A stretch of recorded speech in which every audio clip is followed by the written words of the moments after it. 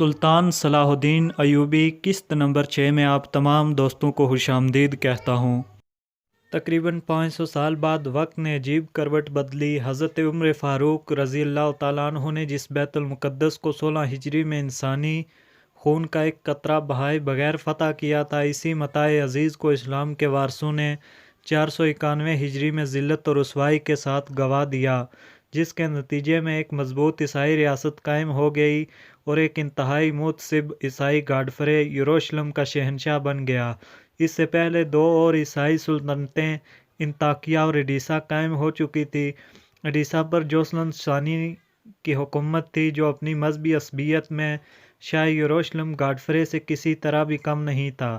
یروشلم، انطاکیہ، روم اور قسطنطنیہ کے بعد مذہبی تقدس کے اعتبار سے ایڈیسا کو عیسائی دنیا میں 5واں درجہ حاصل تھا۔ تاریخی لحاظ سے اس شہر کو الجزیرہ کی آنکھ سمجھا جاتا تھا۔ صلیبیوں نے یہاں زبردست فوجی طاقت جمع کر رکھی تھی اور اس کے ساتھ ہی اوڈیسا کو شاہ یروشلم کی تائید و سرپرستی بھی حاصل تھی۔ مسلمانوں کو اس شہر کی جنگی اہمیت کا بخوبی اندازہ تھا اور وہ اوڈیسا کو اسلامی اقتدار کے لیے مسلسل خطرہ سمجھ رہے تھے۔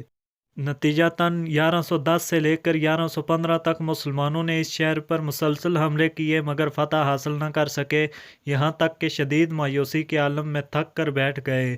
پھر جب عماد الدین زنگی نے موصل اور دمشق میں دوبارہ اقتدار حاصل کر لیا تو وہ اوڈیسا کی طرف متوجہ ہوا۔ اس موقع پر اس کے بعض مشیروں نے مشورہ دیتے ہوئے کہا، سلطان کو اوڈیسا پر حملہ کرنے کے بجائے اپنے علاقوں کے استحکام کی فکر کرنی چاہیے۔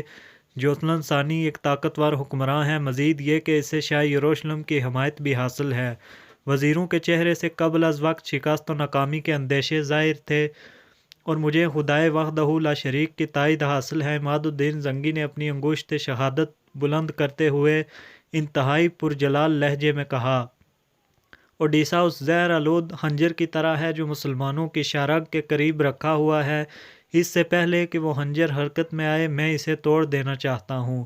وزیروں نے عماد الدین زنگی کے اس جوش اور جذبے کو وحشت و جنون سے تعبیر کیا، مگر وہ مرد مجاہد تمام قیاس آرائیوں اور مصلحتوں سے بے نیاز ہو کر طوفان برق و باد کی طرح اوڈیسا کی طرف چل پڑا۔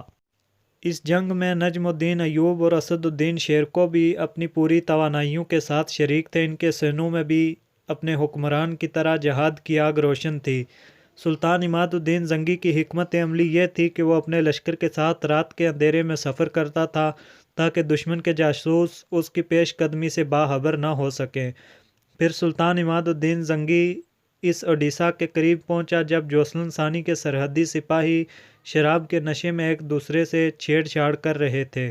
مسلمان فوجیوں کی تلواریں بے نیام ہوئیں اور اوڈیسا کے سرحدی سپاہیوں کی اکثریت دیکھتے ہی دیکھتے ہاک و ہون میں مل گئی۔ کچھ سپاہی جو مدہوشی کی کیفیت تک نہیں پہنچے تھے وہ فرار ہو کر عیسائی حکمراں جوسلن ثانی کی خدمت میں حاضر ہوئے اور اسے مسلمانوں کے ناگہاں عقابی حملوں کی خبر دی۔ کھلے میدان میں مقابلہ کرنے کا وقت گزر چکا تھا، اس لیے جوسلن ثانی اپنی فوج کے ساتھ قلعہ بند ہو گیا۔ سلطان عماد الدین زنگی نے تیز رفتاری سے آگے بڑھ کر اوڈیسا کے قلعے کا محاصرہ کر لیا۔ قلعے کے اندر سامان رسد بڑی مقدار میں موجود تھا، اس لیے جوسلن ثانی کو اطمینان قلب حاصل تھا کہ وہ اپنے دشمن کی دسترس سے دور رہے گا، اور اگر مسلمانوں کے محاصرے نے زیادہ طول کھینچا تو بالآخر وہ تنگ آ کر قلعے کی مضبوط سنگی دیواروں سے سر ٹکراتے ٹکراتے ایک دن ناکام و نامراد واپس چلے جائیں گے۔ قلعے کا محاصرہ کرنے کے بعد سلطان عماد الدین زنگی کچھ دن تک صورتحال کا جائزہ لیتا رہا، پھر اس نے اسلامی طریقہ جنگ کے مطابق نجم الدین ایوب کو عیسائی حکمراں جوسلن ثانی کے نام ایک خط دے کر روانہ کر دیا۔ جوسلن ثانی کا دربار شاہان قدیم کی طرح قیمتی ساز و سامان سے آراستہ تھا، مگر اسلامی سفیر جوسلن ثانی کے تخت کے قریب پہنچا اور اپنے امیر کا ہاتھ عیسائی حکمراں کے ہاتھ پر تھما دیا۔ جوسلن ثانی کے وزیر ڈیرک نے اپنی نشست پر کھڑے ہو کر سلطان عماد الدین کا ہاتھ بآواز بلند پڑھا کہ حاکم اوڈیسا کو معلوم ہونا چاہیے کہ اسلامی فوجیں اس کے دروازے تک آ پہنچی ہیں۔ یہ اس بات کی کھلی علامت ہے کہ تم جنگ کے پہلے مرحلے میں مغلوب ہو چکے ہو۔ ہم نہیں چاہتے کہ جگہ جگہ انسانی خون کے تالاب بن جائیں اور اڈیسا کی پررونق گلیاں انسانی لاشوں سے پٹ جائیں۔ اس لیے اس پر لازم ہے کہ وہ قلعے کے دروازے کھول کر ہتھیار پھینک دے۔ اس صورت میں ہم تمام عیسائیوں کے جان و مال اور عزت و آبرو کی حفاظت کی مکمل ضمانت دیتے ہیں، ورنہ پھر تلوار ہی فیصلہ کرے گی کہ کون تخت نشین ہوتا ہے اور کون زیر و زمین ہوتا ہے۔ سلطان عماد الدین زنگی کا خط سن کر عیسائی حکمراں جوسلن ثانی غضبناک ہو گیا اور پھر اس نے اپنے وزیر ڈیرک کے ہاتھ سے مراسلہ چھین کر اسے پرزے پرزے کر دیا۔ پھر انتہائی تحقیر آمیز لہجے میں نجم الدین ایوب کو مخاطب کرتے ہوئے بولا، اپنے سلطان سے کہہ دینا کہ اس کے خط کا یہی جواب ہے۔ نجم الدین ایوب باوقار انداز میں چلتا ہوا حاکم اڈیسا کے دربار سے نکل گیا۔ پھر اس نے عماد الدین کی خدمت میں حاضر ہو کر سارا ماجرا بیان کر دیا۔ سلطان زنگی نے جوسلن ثانی کے اس طرز عمل کے جواب میں ایک لفظ بھی نہیں کہا۔ وہ گہری سوچ میں ڈوبا ہوا تھا اور اس کے ہونٹوں پر ہلکی سی مسکراہٹ نمایاں تھی۔ دوسرے دن سلطان عماد الدین زنگی نے نماز فجر میں اپنے لشکر کی امامت کی۔ پھر طویل دعا مانگنے کے بعد اس نے اپنے سپاہیوں کو قلعے کی فصیل کے مختلف حصوں پر حملہ آور ہونے کا حکم دیا۔ منجنیقوں سے 28 دن تک مسلسل سنگباری کی گئی، یہاں تک کہ سامنے کی فصیل میں بڑے بڑے شگاف پڑ گئے اور مسلمان سپاہی قلعے میں داخل ہو گئے۔ بعض مورخین کا خیال ہے کہ سلطان عماد الدین زنگی نے بارودی سرنگیں بچھا کر قلعے کی فصیل اڑا دی تھی۔ ہمارا خیال تو یہ ہے کہ 1144 میں بارود ایجاد ہی نہیں ہوا تھا۔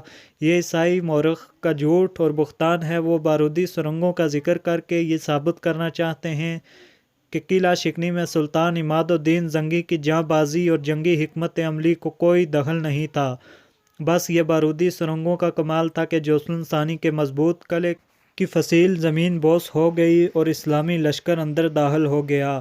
آج سے 50 سال پہلے شاہ یروشلم گاڈفرے نے بیت المقدس کی فتح کے وقت جس بے رحمی کے ساتھ مسلمانوں کا خون بہایا تھا، اہل ایمان وحشت و درندگی کے اس منظر کو ابھی تک نہیں بھولے تھے اور ان کے سینے آتش انتقام سے دہک رہے تھے۔ یہی وجہ تھی کہ سلطان عماد الدین زنگی کے سپاہی قلعہ اڈیسا کی اینٹ سے اینٹ بجا دینا چاہتے تھے۔ اسی جذبے کے تحت مسلمانوں کا حملہ اس قدر شدید تھا کہ عیسائی سپاہیوں کی صفیں درہم برہم ہو کر رہ گئی۔ خود سلطان عماد الدین زنگی کے جوش کا عالم یہ تھا کہ اپنے محافظ سپاہیوں کو پیچھے چھوڑ کر اکیلا دشمن کی صفوں میں گھس جاتا تھا۔ ایسا جنگ اڈیسا میں کئی بار ہوا۔ نجم الدین ایوب اور اسد الدین شیرکو سلطان کے دوش بدوش لڑ رہے تھے۔ دونوں بھائیوں نے کئی مرتبہ سلطان کو سمجھانے کی کوشش کی، آپ خود کو ہلاکت میں نہ ڈالیں، کسی فرمانروا کے لیے یہ طریقہ جنگ مناسب نہیں ہے۔ سلطان عماد الدین زنگی اپنے سپہ سالاروں کو سخت لہجے میں جواب دیتا، ہلاکت و عافیت صرف اللہ کے اختیار میں ہے، قبر کی رات تو قبر ہی میں کٹے گی۔ پھر چند گھنٹوں بعد ہی عیسائی فوجیں پسپا ہونے لگی۔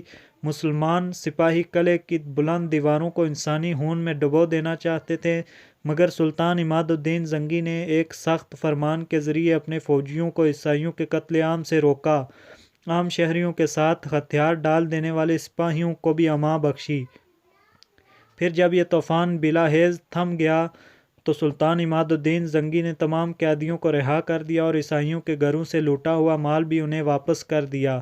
اڈیسا کا حکمران جوسلن ثانی کسی خفیہ راستے سے فرار ہو گیا تھا۔ اڈیسا کی شکست کی خبر سن کر پوری عیسائی دنیا میں صف ماتم بچھ گئی۔ یروشلم کے ایک پادری شمعون نے اپنا گریبان چاک کر دیا اور سر کے بال نوچ ڈالے اور بہت دیر تک سینہ کوبی کرتا رہا۔ پھر گریہ وزاری کرتے ہوئے آسمان کی طرف دیکھ کر بولا، یسوع مسیح، تم اپنے نام لیواؤں کی مدد کو نہیں آئے، یہاں تک کہ عیسائی کثر اقتدار کا پہلا اہم ستون گر گیا۔ میں نہیں جانتا کہ اب مسلمانوں کے قدم کہاں رکیں گے۔ اے مقدس باپ، تو ہی انہیں روک کہ ہم بہت عاجز و ناتواں ہیں۔ ایک ہی شکست نے صلیبیوں کے ہوش و حواس اڑا دیے تھے، دوسری طرف مسلمانوں کی مسرت کا یہ عالم تھا کہ عربی کے بڑے بڑے شاعروں نے سلطان عماد الدین زنگی کی شان میں طویل قصیدے لکھے تھے۔ علماء اور مشائخ نے سلطان کو محافظ اسلام اور مجاہد کبیر کے القاب سے یاد کیا۔ اس کے ساتھ ہی خلیفہ بغداد کا فرمان جاری ہوا کہ عماد الدین زنگی کا نام خطبات میں شامل کیا جائے۔